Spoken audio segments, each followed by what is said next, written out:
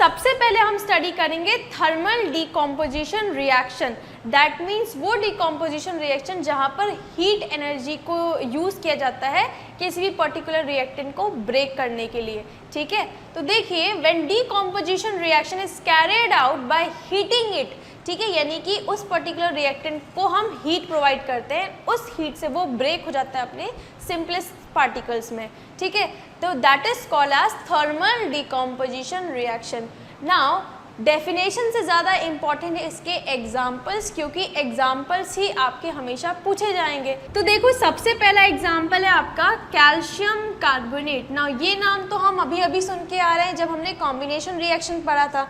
ठीक है, तो कॉम्बिनेशन रिएक्शन में हमने देखा था कि कैल्शियम हाइड्रोक्साइड जब CO2 के साथ कंबाइन होता है तो CaCO3 बनाता है, जो कि आपकी दीवारों को काफ़ी शाइनी अपीयरेंस देता है। ठीक है, ना ये कैल्शियम कार्बोनेट को इंडस्ट्रीज़ में काफ़ी हीट करते हैं। ठीक है, यानी कि उसको हीट एनर्जी दी जाती है। दैट मीन्स ये रिएक्शन कैसी हो गई आपकी एंडोथर्मिक रिएक्शन हो गई। ठीक है, in fact each and every thermal decomposition reaction is an example of endothermic reactions. ठीक है, तो CaCO3 को जब हीट दिया जाता है तो ये ब्रेक हो जाता है अपने सिंपलेस्ट फॉर्म में, that is calcium oxide plus carbon dioxide. ठीक है, तो ये तो आपके गैस के फॉर्म में रिलीज होती है एंड ये आपके वाइट पाउडर के फॉर्म में प्रेजेंट होता है। ठीक है, now what is the physical significance of this reaction. किसी भी रिएक्शन को कराने के पीछे कोई पर्पस होता है, तो इसको कराने के पीछे का पर्पस क्या है, क्योंकि ये कैल्शियम ऑक्साइड का यूज़ होता है बहुत ज़्यादा अमाउंट में आपके इंडस्ट्रीज़ में, स्पेशली जो पेंटिंग इंडस्ट्रीज़ हैं जहाँ पर पेंट वगैरह बनाए जाते हैं, सीमेंट बनाया जाता है, वहाँ पर कैल्शियम ऑक्साइड को यूज़ किया जाता है। ठीक है, आपके घरों में भी जो भी वाइट वॉशिंग के लिए आप लेकर आते हो क्या होता है, ये कैल्शियम ऑक्साइड ही तो होता है, तो इसीलिए इसका इंडस्ट्रीज़ में बहुत ज़्यादा यूज़ है। दैट इज़ वाई ये रिएक्शन आपकी इम्पॉर्टेंट हो जाती है। ठीक है, तो कैल्शियम ऑक्साइड को बनाने के लिए आपका कैल्शियम कार्बोनेट को हीट किया जाता है। ठीक है, जो भी आप सफ़ेद पत्थर देखते हो, ठीक है, आप माउंटेन्स वगैरह पे जाइए या फिर अपने आसपास जहाँ पर स्टोन वगैरह हैं, तो जो भी सफ़ेद पत्थर आपको दिखाई पड़ते हैं वो बेसिकली कैल्शियम कार्बोनेट के ही बने हुए होते हैं। ठीक है, एंड इस कैल्शियम कार्बोनेट को अगर आप काफ़ी देर तक हीट करेंगे तो वो कन्वर्ट हो जाएगा calcium oxide and carbon dioxide में। ठीक है, ये कैल्शियम का ऑक्साइड का बहुत ज़्यादा यूज़ होता है आपकी इंडस्ट्रीज़ वगैरह में, एंड प्लस इसको हम सॉइल के पीएच को मेंटेन करने के लिए भी यूज़ कर सकते हैं। वो कोई भी सॉइल जिसका पीएच बहुत ही कम है, यानी कि 1, 2 या 3 में चल रहा है, दैट मीन्स हाईली एसिडिक है, तो वहाँ पर पीएच को बैलेंस करने के लिए, न्यूट्रल करने के लिए हम उसमें कैल्शियम ऑक्साइड को डालते हैं and that will neutralise the soil pH, and वो आपका ना एसिडिक रहेगा ना बेसिक, वो आपका न्यूट्रल हो जाएगा। क्योंकि आपको पता होगा कोई भी प्लांट जो होता है वो एसिडिक पीएच में ग्रो नहीं कर सकता है। ठीक है, तो इसीलिए सॉइल को नॉर्मल पीएच पे लाने के लिए कैल्शियम ऑक्साइड को यूज़ कर सकते हैं। ठीक है, so now another very important example of thermal decomposition reaction is the decomposition of sodium bicarbonate. ठीक है, देखो सोडियम तो ये है Na एंड HCO3 को हम कहते हैं बाइकार्बोनेट। देखिए CO3 लिखा हो that means only carbonate, and अगर हमने उसमें H लगा दिया दैट मीन्स बाइकार्बोनेट, तो इसको हम टुगेदर प्रोनाउंस करेंगे सोडियम बाइकार्बोनेट। ठीक है, तो सोडियम बाइकार्बोनेट तो आपको नाम थोड़ा कैच नहीं हो रहा होगा, लेकिन इसका अगर हम कॉमन नेम सुनेंगे तो हमें तुरंत ये कैच हो जाएगा। इसको कहा जाता है आपका बेकिंग सोडा। अब समझ में आ रहा है क्या है, तो जो भी बेकिंग सोडा आप घर में यूज़ करते हो, आपकी मम्मी यूज़ करती हैं केक वगैरह बनाने के लिए, ब्रेड बनाने के लिए, तो ये आपका क्या होता है NaHCO3 होता है। ठीक है, तो NaHCO3 is the chemical formula of baking soda which is very important from the exam point of view. ठीक है ना, ये जो बेकिंग सोडा होता है ये जब इसको हीट मिलती है, ठीक है, जब हम इसको हीट प्रोवाइड करते हैं तो ये अपने सिंपलेस्ट फॉर्म में ब्रेक हो जाता है। अब वो सिंपलेस्ट फॉर्म क्या है Na2CO3 यानी कि सोडियम कार्बोनेट। देखिए कार्बोनेट में अगर H लगा हो तो बाई बोलते हैं, बाई कार्बोनेट, एंड अगर H हटा दो तो सिर्फ कार्बोनेट, तो ये हो जाएगा सोडियम कार्बोनेट प्लस कुछ अमाउंट में वाटर रिलीज होता है एंड आपका कार्बन डाइऑक्साइड रिलीज होता है बहुत ही ज़्यादा अमाउंट में। ठीक है, नाउ इसका फिजिकल सिग्निफिकेंस क्या है, तो आपके घरों में जो भी आपका खाना वगैरह बनता है तो उसको सॉफ्ट बनाने के लिए बेकिंग सोडा को यूज़ करते हैं, ठीक है। जैसे इडली में बेकिंग सोडा डाला जाता है सो दैट वो फ्लफ़ी बने एंड सॉफ्ट बने, ठीक है। सिमिलरली केक में बेकिंग सोडा डाला जाता है, ठीक है, ताकि वो सॉफ्ट एंड फ्लफ़ी बने। तो ये एक इसका यूज़ है। तो जब आप केक के बैटर को ओवन में डालते हो तो उसको हीट मिलती है, एंड हीट मिलती है तो ये बेकिंग सोडा ब्रेक कर जाता है Na2CO3 H2O एंड CO2 में, ठीक है। ये सारे ही डिज़ोल्व फॉर्म में आपके उस बैटर में चले जाएंगे, एंड क्योंकि CO2 बहुत ही बड़े अमाउंट में उसमें रिलीज़ होता है तो ये CO2 जो होगा उस बैटर को बहुत ही ज़्यादा क्या बना देगा, एयरी बना देगा, उसमें एयर एंटर हो जाएगी जिसकी वजह से वो बहुत ही फ्लफ़ी एंड स्मूथ हो जाएगा, ठीक है। तो ये आपका मेन फंक्शन होता है सोडियम बाइकार्बोनेट का, to make the batter fluffy and soft, ठीक है। Now another very important application of sodium bicarbonate is that it is used in fire extinguisher, ठीक है। आग को बुझाने के लिए फायर एक्सटिंग्विशर में सोडियम बाइकार्बोनेट को भी ऐड किया जाता है। क्यों ऐड करते हैं, रीज़न क्या है, तो वो इसलिए क्योंकि मान लीजिए ये आपकी प्लेस है, ठीक है, एंड यहाँ पर आपकी आग लगी हुई है, ठीक है, फायर यहाँ पर आपकी स्टार्ट हो गई है, ठीक है। तो ये जो हमने फायर एक्सटिंग्विशर को यूज़ किया, ठीक है, तो जैसे ही इसमें से आपका स्प्रे होगा, ठीक है, ये बेकिंग सोडा यानी कि सोडियम बाइकार्बोनेट को स्प्रे करेंगे तो ये सोडियम बाइकार्बोनेट वहाँ की हीट को एब्जॉर्ब कर लेगा, क्योंकि इसका काम ही होता है हीट को एब्जॉर्ब करना। तो जो भी फायर की हीट होगी वो इसको एब्जॉर्ब करेगा एंड बदले में बाई प्रोडक्ट्स फॉर्म करेगा, यानी कि खूब सारा कार्बन डाइऑक्साइड रिलीज़ करेगा, H2O रिलीज़ करेगा एंड सोडियम कार्बोनेट को रिलीज़ करेगा। नाउ ये जो कार्बन डाइऑक्साइड है, क्योंकि इसको बहुत बड़े अमाउंट में हमने यहाँ पर स्प्रे कर दिया तो यानी कि इस पूरे एरिया में आपका कार्बन डाइऑक्साइड का कंसंट्रेशन बढ़ गया है एंड ऑक्सीजन का कंसंट्रेशन घट गया है, एंड कोई भी बर्निंग आपकी ऑक्सीजन के एब्सेंस में नहीं हो सकती है। ये तो आपको पता ही है कि किसी भी चीज़ को जलने के लिए ऑक्सीजन चाहिए होता है, बर्न करने के लिए ऑक्सीजन चाहिए, क्योंकि यहाँ पर कार्बन डाइऑक्साइड ही इतना ज़्यादा फॉर्म हो गया है तो स्लोली वहाँ की जो ऑक्सीजन होगी वो आपकी फिनिश हो जाएगी, सारा वो CO2 से भर जाएगा, तो ऑटोमेटिकली वहाँ की जो फायर होगी वो रुक जाएगी, ठीक है। That is why it is use in the fire extinguisher. तो ये दो मेन एप्लीकेशन है आपके सोडियम बाइकार्बोनेट के। एक तो होता है आपके बैटर वगैरह में, जो भी आप कुकिंग वगैरह करते हो उसमें यूज़ किया जाता है इसको, ताकि जो भी बैटर है वो फ्लफ़ी हो एंड सॉफ्ट बने, ठीक है।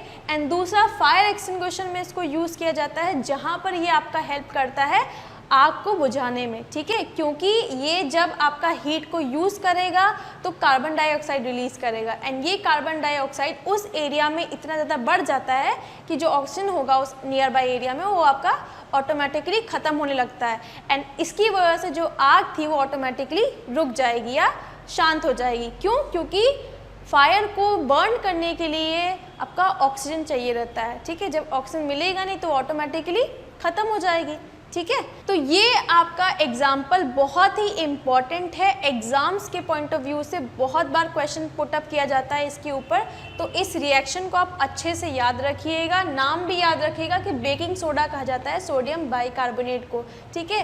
बाई एंड कार्बोनेट में डिफरेंस कर लीजिएगा, ये नहीं कि आपने यहाँ पर Na2CO3 लिख दिया या फिर NaCO3 लिख दिया, H लिखना बहुत ज़रूरी है, बाइकार्बोनेट है ये, ना कि कार्बोनेट, ठीक है।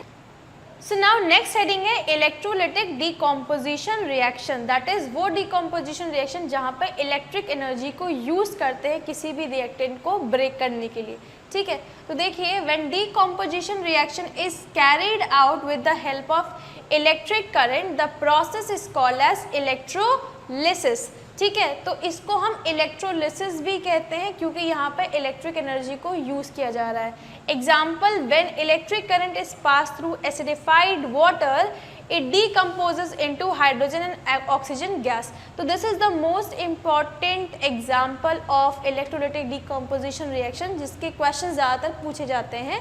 तो देखिए होता क्या है, ये कंटेनर है आपका, ठीक है, एंड इसमें आपके दो रॉड लगे होते हैं, एक को कहते हैं कैथोड, ठीक है, एंड एक को कहा जाता है एनोड।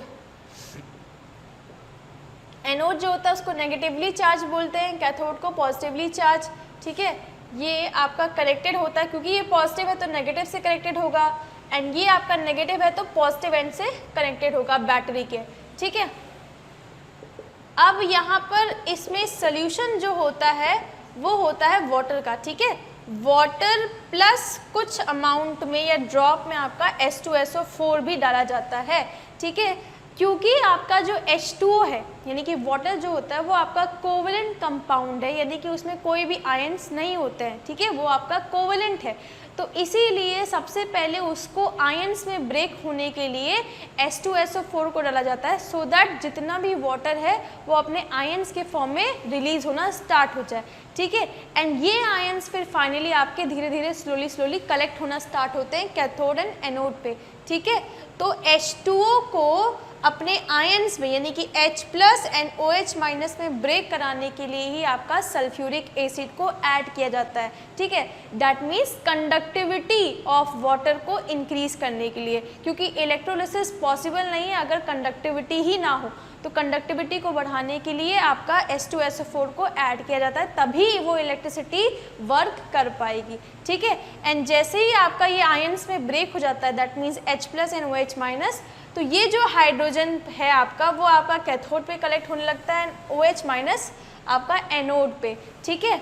एंड ये जो H प्लस आयंस होते हैं इसको हम यूज़ करते हैं for the formation of hydrogen gas, ठीक है। तो इस पूरी रिएक्शन को कराने का पर्पस क्या है, हाइड्रोजन गैस को कलेक्ट करना, क्योंकि हाइड्रोजन गैस आज के टाइम पे एक फ्यूल की तरह यूज़ होती है एंड बहुत सारे रिएक्शन में आपका हाइड्रोजन यूज़ होता है। तो इंडस्ट्रीज़ में इस रिएक्शन को कराया जाता है हाइड्रोजन को ऑब्टेन करने के लिए, ठीक है। तो ये इसका मेन फीचर है। To obtain hydrogen gas we conduct electrolysis of water, ठीक है। अनदर वेरी इंपॉर्टेंट क्वेश्चन जो इससे पूछा जाता है कि जो एसिड है यानी कि सल्फ्यूरिक एसिड को हमें वाटर के अंदर डालना चाहिए या वाटर को सल्फ्यूरिक एसिड में पोर करना चाहिए, ठीक है।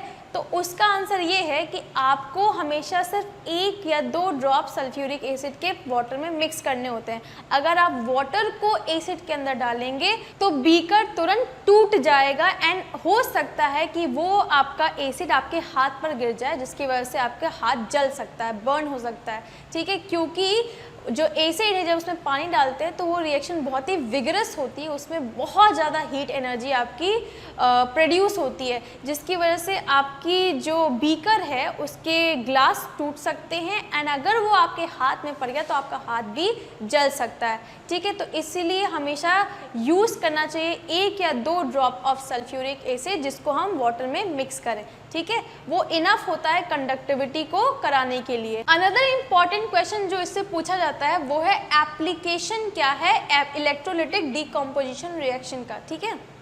तो देखिए आपके डे टू डे लाइफ में इसके काफ़ी एप्लीकेशंस हैं, क्योंकि जितने भी आप मिनरल्स देख रहे हैं जैसे कि गोल्ड है, सिल्वर है, प्लैटिनम है, कॉपर है, आयरन है, ठीक है, जो कि रोज़ आपके डे टू डे लाइफ में यूज़ होता है, ठीक है, वो सब आपका एक्सट्रैक्शन के थ्रू ही मिलता है ना। वो आपकी मिट्टी में यानी कि जो अर्थ है उसके अंदर दबा हुआ है, तो उससे ही हम उसको निकाल कर एक्सट्रैक्ट करते हैं, देन उसको इंडस्ट्रीज़ में आपका बनाया जाता है। तो इसमें आपका ये वाला प्रोसेस यानी कि इलेक्ट्रोलिटिक डिकम्पोजिशन रिएक्शन काफ़ी हेल्पफुल होता है, यानी कि मेटल्स को एक्सट्रैक्ट करने के लिए इसको काफ़ी ज़्यादा यूज़ किया जाता है। जैसे कि ज़्यादातर जो मेटल्स आपके अर्थ में प्रेजेंट हैं वो आपके क्लोराइड या ऑक्साइड के फॉर्म में प्रेजेंट होते हैं, जैसे कि सिल्वर क्लोराइड या आपका फेरिक ऑक्साइड है ना, वो ऑक्सीजन या क्लोरीन जो भी उनके इन्वायरमेंट में होता है उसके साथ रिएक्ट करके वो उस फॉर्म में ही आपके अर्थ में प्रेजेंट है। तो उन मिनरल्स से मेटल को एक्सट्रैक्ट करना यानी कि सिल्वर को एक्सट्रैक्ट करना या आयरन को एक्सट्रैक्ट करना, कॉपर को एक्सट्रैक्ट करना, जिंक, मतलब जितने भी मेटल्स आप रोज़ डेली बेसिस पे यूज़ कर रहे हो, ठीक है, इंडस्ट्रीज़ वगैरह में, उनको एक्सट्रैक्ट करने के लिए इस मेथड को यूज़ किया जाता है, ठीक है। तो ज़्यादातर वो मिनरल्स जो कि क्लोराइड्स या ऑक्साइड्स के फॉर्म में प्रेजेंट हैं उनको इलेक्ट्रोलिसिस के थ्रू हम एक्सट्रैक्ट कर सकते हैं, उसमें जो भी मेटल्स है उसको एक्सट्रैक्ट कर सकते हैं, जैसे कि सिल्वर क्लोराइड, ठीक है, AgCl। तो AgCl को हम जब इलेक्ट्रिक एनर्जी देते हैं तो ब्रेक हो जाता है सिल्वर प्लस क्लोरीन गैस आपकी रिलीज होती है। तो सिल्वर आपका ऑब्टेन होता है कैथोड पे एंड क्लोरीन गैस आपकी रिलीज होती है एनोड पर। तो ये आपका इलेक्ट्रोलिटिक डीकम्पोजिशन रिएक्शन होता है जिसके थ्रू हम मिनरल से मेटल्स को एक्सट्रैक्ट कर सकते हैं, ठीक है। सिमिलरली एल्यूमिनियम ऑक्साइड, ठीक है, Al2O3, देखिए इलेक्ट्रोलिसिस हम या तो क्लोराइड्स या ऑक्साइड्स की करा सकते हैं। तो देखो यहाँ पे मैंने आपको क्लोराइड का एग्जांपल दे दिया, अब ऑक्साइड देखिए।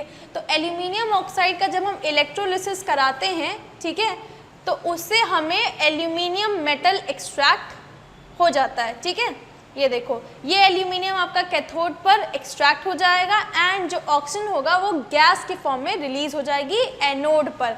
नाउ एल्यूमिनियम का कितना यूज़ होता है डे टू डे लाइफ में, आपके जितने भी बर्तन वगैरह होते हैं वो ज़्यादातर एल्यूमिनियम के बनते हैं, एल्यूमिनियम फॉइल, है ना। तो इंडस्ट्रीज़ में भी एल्यूमिनियम का यूज़ होता है एंड आपके डे टू डे लाइफ में भी एल्यूमिनियम का काफ़ी यूज़ है, ठीक है। Now next heading is photochemical decomposition reaction. देखिए नाम से ही पता चल रहा है, photo that means something related to light. तो इस डीकम्पोजिशन रिएक्शन में बेसिकली किसी भी रिएक्टेंट को ब्रेक करने के लिए लाइट एनर्जी का यूज़ किया जाता है, ठीक है। तो देखिए when decomposition reaction is carried out in the presence of sunlight the process is called photochemical decomposition. इसका आपने बहुत ही अच्छा एग्जाम्पल देखा होगा अपने बायोलॉजी में, दैट इज फोटोसिंथेसिस, ठीक है। उस रिएक्शन में आपके दो पार्ट होते हैं, one is light reaction, another one is dark reaction. तो लाइट रिएक्शन जो होती है उसमें वो basically kind of photochemical decomposition reaction है, क्योंकि वहाँ पर वाटर की स्प्लिटिंग होती है लाइट की प्रेजेंस में, ठीक है। आपको पता ही होगा जब आपका लाइट रिएक्शन होती है, ठीक है, H2O in the presence of sunlight, ठीक है, breaks into hydrogen and oxygen. Now this hydrogen is used in the dark reaction of photosynthesis, ठीक है, जहाँ पर कार्बन डाइऑक्साइड जो होता है वो कन्वर्ट हो जाता है ग्लूकोज में, ठीक है। वो तो एक बात हुई। अब ये जो ऑक्सीजन यहाँ पर निकलता है एज अ बाई प्रोडक्ट, यही आपका प्लांट के स्टोमेटा के थ्रू इन्वायरमेंट में चला जाता है एंड जितने भी ऑर्गेनिज्म अर्थ पर ऑक्सीजन को ले रहे हैं, ब्रीथ कर रहे हैं, it is only because of this reaction which is occurring in the plants. Another very important example is the breakdown of silver chloride in the presence of light into silver metal plus chlorine gas release होती थी, ठीक है। तो ये reaction आपकी यहाँ पर unbalance है, तो इसको बैलेंस करिए, उसके बाद प्रोसीड करते हैं, ठीक है। तो देखो क्लोरीन गैस में 2 एटम्स हैं एंड यहाँ पर सिर्फ एक ही एटम है, तो ऑब्वियस सी बात है यहाँ पर हमें इसे बैलेंस करना होगा, ठीक है। नेक्स्ट सिल्वर अनबैलेंस हो गया है, तो आप इसको भी यहाँ बैलेंस करने के लिए 2 लगा देंगे। Now this reaction is balance. Now what is the application of this reaction? तो इसका एप्लीकेशन होता है ब्लैक एंड वाइट फोटोग्राफी को जनरेट करने में, ठीक है। आज से 10 या 12 साल पहले आपके जो कैमरे आया करते थे उसमें रील्स इंसर्ट हुआ करती थी, है ना, एंड ये रील्स पर इमेजेस की नेगेटिव फिल्म बना करती थी जिसको आपको शॉप पर देकर प्रोसेस कराना रहता था, जिससे कि आपको रियल ओरिजिनल पिक्चर मिल सके, है ना। तो ये जो रील हुआ करती थी उसमें बेसिकली आपका सिल्वर क्लोराइड का ही यूज़ किया जाता था। तो देखो होता क्या था, जैसे ये आपकी सिल्वर क्लोराइड की रील है, ठीक है, एंड जब हम पिक्चर क्लिक करते हैं, तो जैसे मान लीजिए कोई फूल की पिक्चर है, ठीक है, फ्लावर, तो वो इस पर कैप्चर हो जाया करती थी, ठीक है, एंड ये आपकी नेगेटिव फिल्म बनती थी, ठीक है, नेगेटिव फिल्म। एंड जब हम इसको लाइट से एक्सपोज करते थे तो ये पिक्चर एकदम क्लियर हो जाया करती थी, ठीक है। तो यही आपका मैकेनिज्म हुआ करता था उस टाइम पर फोटोग्राफी में, ठीक है। तभी आपने देखा होगा जो पहले ज़माने की फ़ोटोग्राफ्स होती हैं वो हमेशा ब्लैक एंड वाइट होती हैं, ठीक है। इसके अलावा हम सिल्वर ब्रोमाइड भी यूज़ कर सकते हैं, ठीक है। तो silver bromide can also be use as an alternative to produce black and white photography. तो देखो AgBr can also use in black and white photography to produce the same output, that is black and white photographs, Ag plus Br2, ठीक है। तो यहाँ पर balance कर लीजिएगा। So this is one of the most important reaction जो कि आपके एग्जाम में पूछी जाती है। तो ये रिएक्शन आपको याद होना चाहिए, इसका एप्लीकेशन दैट इज़ कहाँ पर इसको यूज़ करते हैं, ठीक है।